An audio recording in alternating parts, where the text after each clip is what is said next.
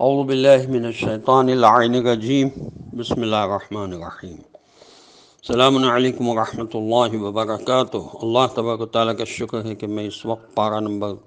13 کے دوسرے ربع کی تلاوت کا شرف حاصل کر رہا ہوں۔ الحمدللہ میں اس ربع کی تلاوت کر چکا ہوں ان تمام مومنین مومنات کی ایصال ثواب کے لیے جو تخلیق کائنات سے لے کر اب تک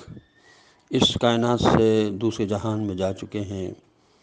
اور ان تمام مومنین مومنات کے ایصال ثواب کے لیے جو اس کو سن رہے ہیں، ان کے تمام لواحقین مرحومین کے ایصال ثواب کے لیے، اور اس مومن کے ایصال ثواب، اس مومن کے تمام مرحوم لواحقین کے ایصال ثواب کے لیے جو میرے اس آڈیو کو ویڈیو بنا کر یوٹیوب پر ڈالیں گے۔ بسم اللہ الرحمن الرحیم۔ خدا کے نام سے شروع کرتا ہوں جو بڑا مہربان نہایت رحم والا ہے۔ اس کے بعد جب بشیر نے آ کر قمیص کو یعقوب علیہ السلام کے چہرے پر ڈال دیا تو وہ دوبارہ صاحب بصیرت ہو گئے، بصارت ہو گئے، اور انہوں نے کہا کہ میں نے تم سے نہ کہا تھا کہ میں خدا کی طرف سے وہ جانتا ہوں جو تم نہیں جانتے۔ ان لوگوں نے کہا بابا جان اب آپ ہمارے گناہوں کے لیے استغفار کریں، ہم یقیناً خطا کار تھے۔ انہوں نے کہا میں ان قریب تمہارے حق میں استغفار کروں گا کہ میرا پروردگار بہت بخشنے والا اور مہربان ہے۔ اس کے بعد جب وہ لوگ سب یوسف علیہ السلام کے یہاں حاضر ہوئے تو انہوں نے ماں باپ کو اپنے پہلو میں جگہ دی اور کہا کہ آپ علیہ السلام لوگ مصر میں انشاءاللہ بڑے اطمینان و سکون کے ساتھ داخل ہوں، اور انہوں نے والدین کو بلند مقام پر تخت پر جگہ دی، اور سب لوگ یوسف علیہ السلام کے سامنے سجدے میں گر پڑے۔ تو یوسف علیہ السلام نے کہا کہ بابا یہ میرے خواب کی تعبیر ہے جسے میرے پروردگار نے سچ کر دکھایا ہے،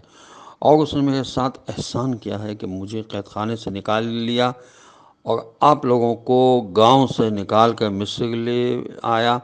جبکہ شیطان میرے اور میرے بھائیوں کے درمیان فساد پیدا کر چکا تھا۔ بے شک میرا پروردگار اپنے ارادوں کی بہترین تدبیر کرنے والا ہے اور صاحب علم اور صاحب حکمت ہے۔ پروردگار تو نے مجھے ملک بھی عطا کیا اور خوابوں کی تعبیر کا علم بھی دیا، تو زمین و آسمان کا پیدا کرنے والا ہے اور دنیا و آخرت میں میرا ولی اور سرپرست ہے۔ مجھے دنیا سے فرما بردار اٹھانا اور صالحین سے ملحق کر دینا۔ پیغمبر صلی اللہ علیہ وسلم یہ سب غیب کی خبریں ہیں جنہیں ہم وحی کے ذریعے آپ تک پہنچا رہے ہیں، ورنہ آپ تو اس وقت نہ تھے جب وہ لوگ اپنے کام پر اتفاق کر رہے تھے اور یوسف علیہ السلام کے بارے میں بری تدبیریں کر رہے تھے، اور آپ علیہ السلام کسی قدر کیوں نہ چاہیں انسانوں کی اکثریت ایمان لانے والی نہیں ہے، اور آپ علیہ السلام ان سے تبلیغ رسالت کی اجرت تو نہیں مانگتے ہیں۔ یہ قرآن تو عالمین کے لیے ایک ذکر اور نصیحت ہے، اور زمین و آسمان میں بہت سی نشانیاں ہیں جن سے لوگ گزر جاتے ہیں اور کنارہ کشی رہتے ہیں، اور ان میں کی اکثریت خدا پر ایمان بھی لاتی ہے تو شرک کے ساتھ۔ تو کیا یہ لوگ اس بات کی طرف سے مطمئن ہو گئے ہیں کہ کہیں ان پر عذاب الہی آ کر چھا جائے، یا اچانک قیامت آ جائے اور یہ غافل ہی رہ جائیں؟ آپ صلی اللہ علیہ وسلم کہہ دیجئے کہ یہی میرا راستہ ہے کہ میں بصیرت کے ساتھ خدا کی طرف دعوت دیتا ہوں، اور میرے ساتھ میرا اتباع کرنے والا بھی ہے، اور خدا پاک و بے نیاز ہے اور میں مشرکین میں سے نہیں ہوں۔ اور ہم نے آپ سے پہلے انہی مردوں کو رسول بنایا جو آبادیوں میں رہنے والے تھے، اور ہم نے ان کی طرف وحی بھی کی ہے۔ تو کیا یہ لوگ زمین میں سیر نہیں کرتے کہ دیکھیں کہ ان سے پہلے والوں کا انجام کیا ہوا ہے؟ اور دار آخرت صرف صاحبان تقویٰ کے لیے بہترین منزل ہے۔ کیا تم لوگ عقل سے کام نہیں لیتے ہو؟ یہاں تک کہ جب ان کے انکار سے مرسلین مایوس ہونے لگے اور ان لوگوں نے سمجھ لیا کہ ان سے جھوٹا وعدہ کیا گیا ہے، تو ہماری مدد مرسلین کے پاس آ گئی، اور ہم نے جن لوگوں کو چاہا انہیں نجات دے دی، اور ہمارا عذاب مجرم قوم سے پلٹایا نہیں جا سکتا ہے۔ یقیناً ان کے واقعات میں صاحبان عقل کے لیے سامان عبرت ہے، اور یہ کوئی ایسی بات نہیں ہے جسے گڑھ لیا جائے۔ یہ قرآن پہلے کی تمام کتابوں کی تصدیق کرنے والی کتاب ہے، اور اس میں ہر شے کی تفصیل بھی ہے، اور یہ صاحبان ایمان قوم کے لیے ہدایت اور رحمت بھی ہے۔ یہاں پر سورہ مبارک غاد اب شروع ہوگا اور سورہ یوسف ختم ہو گیا۔ اس سورہ مبارک غاد کی ترتیب کے لحاظ سے نمبر 13 ہے، اس کی آیات 43 ہیں۔ بنام خدا رحمان و رحیم، میں ترجمہ پڑھ رہا ہوں۔ الف لام میم را، یہ کتاب خدا کی آیتیں ہیں، اور جو کچھ بھی آپ علیہ السلام کے پروردگار کی طرف سے نازل کیا گیا ہے وہ سب برحق ہے، لیکن لوگوں کی اکثریت ایمان لانے والی نہیں ہے۔ اللہ ہی وہ ہے جس نے آسمانوں کو بغیر کسی ستون کے بلند کر دیا ہے، جیسا کہ آپ دیکھ رہے ہیں۔ اس کے بعد اس نے عرش پہ اقتدار قائم کیا اور آفتاب و ماہتاب کو مسخر بنایا کہ سب ایک معینہ مدت تک چلتے رہیں گے۔ وہی تمام امور کی تدبیر کرنے والا ہے، اور اپنی آیات کو مفصل طور سے بیان کرتا ہے کہ شاید تم لوگ پروردگار کی ملاقات کا یقین پیدا کر لو۔ وہ خدا وہ ہے جس نے زمین کو پھیلایا اور اس میں اٹل قسم کے پہاڑ قرار دیے، اور نہریں جاری کی اور ہر پھل کا جوڑا قرار دیا۔ وہ رات کے پردے سے دن کو ڈھانپ دیتا ہے، اور اس میں صاحبان فکر و نظر کے لیے بڑی نشانیاں پائی جاتی ہیں، اور زمین کے متعدد ٹکڑے آپس میں ایک دوسرے سے ملے ہوئے ہیں، اور انگور کے باغات ہیں اور زراعت ہے اور کھجوریں ہیں، جن میں بعض 2 شاخ کی ہیں اور بعض 1 شاخ کی ہیں، اور سب ایک ہی پانی سے سینچے جاتے ہیں، اور ہم بعض کو بعض پر کھانے میں ترجیح دیتے ہیں۔ اور اس میں بھی صاحبان عقل کے لیے بڑی نشانیاں پائی جاتی ہیں۔ اور اگر تمہیں کسی بات پر تعجب ہے تو تعجب کی بات ان لوگوں کا یہ قول ہے کہ کیا ہم خاک ہو جانے کے بعد بھی نئے سرے سے دوبارہ پیدا کیے جائیں گے؟ یہی وہ لوگ ہیں جنہوں نے اپنے پروردگار کا انکار کیا، وہ انہی کے گردنوں میں طوق ڈالے جائیں گے، اور یہی اہل جہنم ہے، اور اسی میں ہمیشہ رہنے والے ہیں۔ اور رسول صلی اللہ علیہ وسلم، یہ لوگ آپ سے بھلائی سے پہلے ہی برائی یعنی عذاب چاہتے ہیں، جبکہ ان کے پہلے بہت سی عذاب کی نظیریں گزر چکی ہیں، اور آپ صلی اللہ علیہ وآلہ وسلم کا پروردگار لوگوں کے لیے ان کے ظلم پر بخشنے والا بھی ہے اور بہت سخت عذاب کرنے والا بھی ہے۔ اور یہ کافر کہتے ہیں کہ ان کے اوپر کوئی نشانی یعنی ہماری مطلوبہ چیز کیوں نہیں نازل ہوتی؟ تو آپ صلی اللہ علیہ وسلم کہہ دیجئے کہ میں صرف ڈرانے والا ہوں، اور ہر قوم کے لیے ایک ہادی و رہبر ہے۔ اللہ بہتر جانتا ہے کہ ہر عورت کے شکم میں کیا ہے، اور اس کے رحم میں کیا کمی اور زیادتی ہوتی رہتی ہے، اور ہر شے کی اس کے نزدیک ایک مقدار معین ہے۔ وہ غائب و حاضر سب کا جاننے والا، بزرگ و بالاتر ہے اس کے نزدیک تم میں کہ سب برابر ہیں۔ جو بات آہستہ کہے اور جو بلند آواز سے کہے، اور جو رات میں چھپا ہے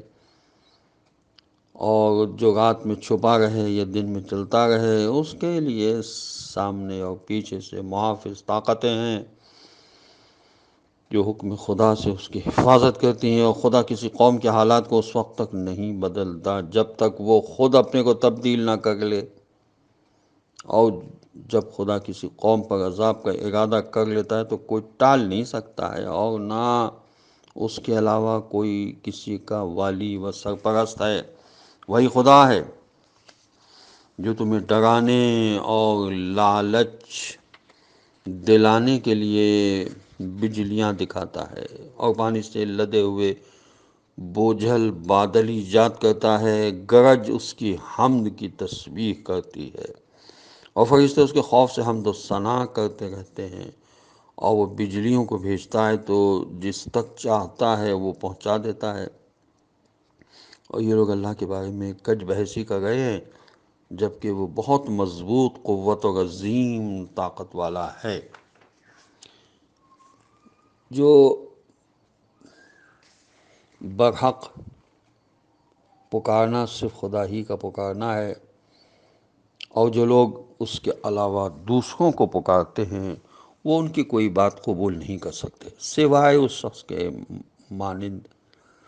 جو پانی کی طرف ہتھیلی پھیلائے ہوئے ہو کہ منہ تک پہنچ جائے اور وہ پہنچنے والا نہیں ہے، اور کافروں کی دعا ہمیشہ گمراہی میں رہتی ہے۔ اللہ ہی کے لیے زمین و آسمان والے ہنسی خوشی یا زبردستی سجدہ کر رہے ہیں، اور صبح و شام ان کے صاحب سجدہ گناہ ہیں۔ پیغمبر صلی اللہ علیہ وسلم کہہ دیجئے کہ بتاؤ کہ زمین و آسمان کا پروردگار کون ہے، اور بتا دیجئے کہ اللہ ہی ہے، اور کہہ دیجئے کہ تم لوگوں نے اس کو چھوڑ کر ایسے سرپرست اختیار کیے ہیں جو خود اپنے نفع و نقصان کے مالک نہیں ہیں، اور کہیے کہ کیا اندھے اور بینا ایک جیسے ہو سکتے ہیں، یا نور و ظلمت برابر ہو سکتے ہیں، یا ان لوگوں نے اللہ کے لیے ایسے شریک بنائے ہیں جنہوں نے اسی کی طرح کی کائنات خلق کی ہے اور ان پر خلقت مشتبہ ہو گئی ہے۔ کہہ دیجئے کہ اللہ ہی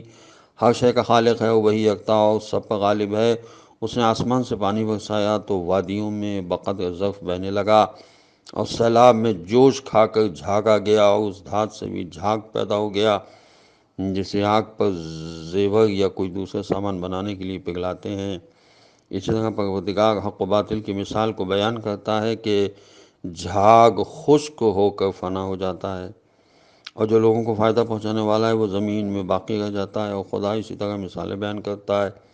جو لوگ پروردگار کی بات کو قبول کر لیتے ہیں ان کے لیے نیکی ہے، اور جو اس کی بات کو قبول نہیں کرتے انہیں زمین کے سارے خزانے بھی مل جائیں اور اسی قدر اور بھی مل جائے تو یہ بطور فدیہ دے دیں گے، لیکن ان کے لیے بدترین حساب ہے، اور ان کا ٹھکانہ جہنم ہے، اور وہ بہت برا ٹھکانہ ہے۔ خداوند عالم ہمیں توفیق عطا فرمائے کہ قرآن مجید میں کفر و ایمان کی جو مختلف مثالیں بیان کی ہیں ان کو ہم سمجھ سکیں۔ کفر کا اندھا پن بتایا گیا ہے، اور اسلام کی بینائی کو بتایا گیا ہے کہ کفر ظلمت ہے اور ایمان روشنی ہے۔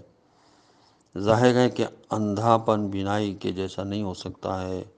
اور ظلمت روشنی کی جیسی نہیں ہو سکتی ہے۔ خدا جو ہمیں مسلسل ہدایت کر رہا ہے